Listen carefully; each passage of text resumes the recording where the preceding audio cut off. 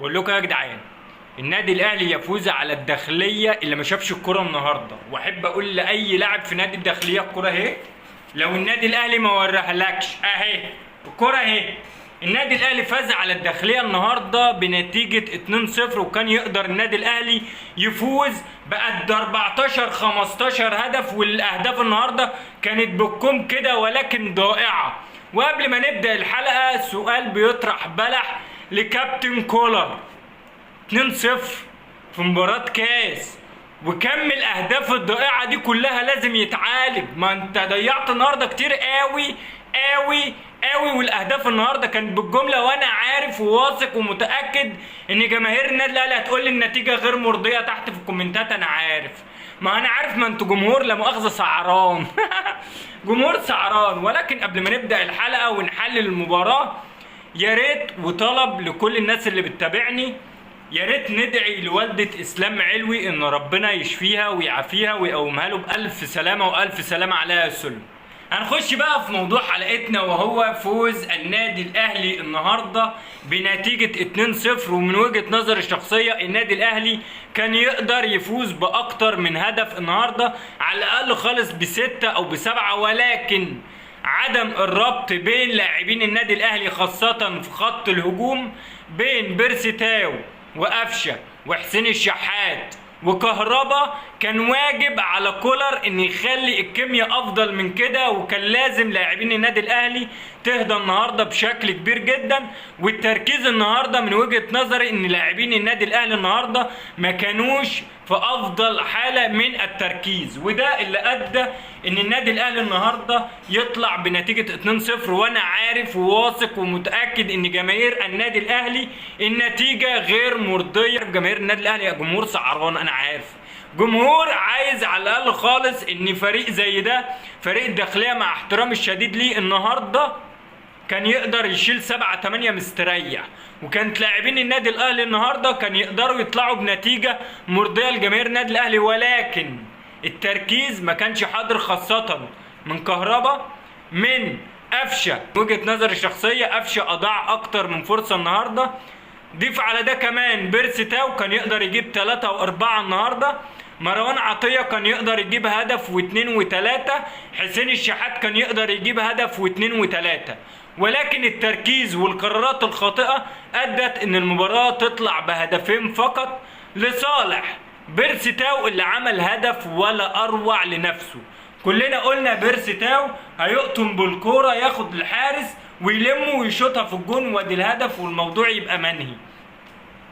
ولكن بيرسي تاو رقص الجماهير، سواء جماهير النادي الاهلي او جماهير نادي الزمالك، وحطوا الكرة باحترافية شديدة. وده يعرفك ان بيرسي تاو يعني خاصة في الكرة دي كان مركز بشكل كبير جدا جدا جدا.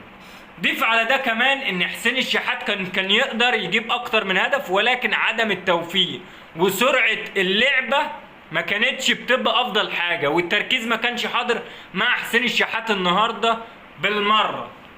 الهدف الثاني احرزه قفشه، واللي كان متحفظ بشكل كبير جدا على ادائه. قفشه كان بياخد الكوره، وفي اوقات كتير كان بيأخر اللعب، وفي اوقات كتير كان بياخد قرارات خاطئة. ولكن قفشه النهاردة جاب هدف ولا اروع بكوره من عبد القادر لقفشه، وبين جول وهدف جميل جدا لقفشه. هنيجي بقى لنقطة في غاية الأهمية. أداء الداخلية النهاردة كان أداء متواضع من وجهة نظر الشخصية، ونادي الداخلية النهاردة ما كانش حاضر بشكل كبير جدا. نادي الداخلية النهاردة ما شافش كورة، اللي هي كورة واحدة اتشاطت على محمد الشناوي من بره ال18، صدت في رامي ربيعة غيرت اتجاهها، ولكن محمد الشناوي كان حاضر، وهي دي الكرة الوحيدة اللي نادي الداخلية راح بيها على محمد الشناوي. ودي يعتبر كانت اخطر كرة راحت لكابتن محمد الشناوي. وكابتن محمد الشناوي طول الماتش شادد الكرسي وقاعد جنب القايم، لا اكتر ولا اقل. ولكن سؤال بيطرح بلح: هو ليه اللي بيحصل في نادي الزمالك ما بنشوفوش في النادي الاهلي؟ واحد هيقول لي خير يا اصل في ايه؟ هقول لك كلنا شفنا وسمعنا مكالمة ميدو مع عديل لاعب رضا سليم اللي النادي الاهلي خلص معاه، والنادي الاهلي تفاوض معاه، واللاعب هيجي الاسبوع الجاي هيتعمل له كشف والدنيا هتبقى عادي وهتتعلن عن الصفقه رسمي. ولكن حته ان مكالمه كابتن ميدو تتسرب بالشكل السريع ده، فبالتالي ده فخ يا كابتن ميدو، وان في واحد اشتغلك وطلع عمل عليك فيلم وحوار، ما تتفهمش الا كده. ضيف على ده كمان بقى وازيدك من الشعر بيت، كابتن طارق يحيى اتسربت له مكالمه تانيه، وهي ان كابتن طارق يحيى احد الناس بيساله سؤال بيطرح بلح كده، فبيقول له ايه اللي خلى نادي الزمالك بالشكل ده؟ قال لك ايه بقى يا سيدي؟ قال لك ان نادي الزمالك في شخص كلنا عارفينه، هو ده الوحيد اللي بياخد قرارات فقط لنادي الزمالك. واحد في نادي الزمالك هو بياخد كمية القرارات وما بياخدش رأي حد، فبالتالي ما حدش بيعرف يتكلم معاه ولا حد بيعرف يجادله ولا حد بيعرف يقول رأيه. دي نقطة. أزيدك من الشعر بيت بقى إن كل الكلام اللي بيتقال في قناة نادي الزمالك عاري تماما من الصحة. واحد هيقول لي يعني ايه اصلي؟ هقول لك.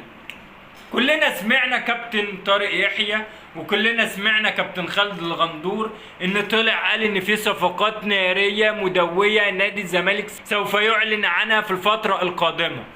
فبالتالي انا المفروض اسأل سؤال بيطرح بلح، وهو منين؟ انا معيش مانيهات، يعني انا كنادي الزمالك معيش مانيهات اتعاقد مع لاعبين.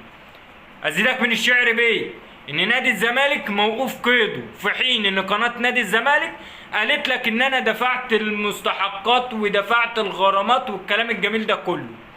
ازيدك من الشعر بيه ان القيد لسه واقف لحد الان على نادي الزمالك، ورئيس نادي الزمالك راح الاتحاد وقال لهم يا جماعه اعمل ايه؟ قالوا له لازم تدفع على الاقل خالص 90 مليون. قال لك وانا معيش يبقى لازم تقسط، وانا معيش قال لك ماليش فيه. فاتحاد الكوره قال لك يا باشا القيد موقوف رسمي فهمي نظمي. ازيدك من الشعر بيت ان رئيس نادي الزمالك طلع قال لك ان اسوريو ما خدش مستحقاته. ازيدك من الشعر بيت ان موظفين داخل نادي الزمالك ما خدوش فلوسهم وبرضه بيطالبوا كل شهر بفلوسهم. يعني انت في حين ان انت في الازمات دي كلها طلع اعلام نادي الزمالك وقال لك ان في صفقات ناريه مدويه وهتخرب الدنيا. اتاري الصفقه صفقه رضا سليم اللي النادي الاهلي مخلص معاه، وطلع كابتن ميدو ضحك الاهلاويه ورقدهم على نفسهم من الضحك وبيموتوا من الضحك وفي الانعاش دلوقتي. فبالتالي يا جماعه طالما احنا مش عارفين نتعاقد مع لعيبه وان في لعيبه بتسوحنا وبتسجل مكالمات ومش مالين ايدنا منهم، بالتالي يا ريت كابتن ميدو المحترم طالما في لاعب انت مش مالي ايدك منه انه هيجي نادي الزمالك ما نتعاقدش معاه ولا نتفاوض معاه. ودي وجهة نظر الشخصية التي لها قيمة. ويا ريت تقول لي توقعاتك لمباراة نادي الزمالك غدا مع الشباب. من وجهة نظري الشخصية اتوقع ان فوز نادي الزمالك بكره ان شاء الله بنتيجه 2-0. ومبروك لكل الاهلاويه على فوزهم النهارده على نادي الداخليه. وبكده نكون وصلنا لنهايه كلامنا، والسلام عليكم ورحمه الله وبركاته. سلام.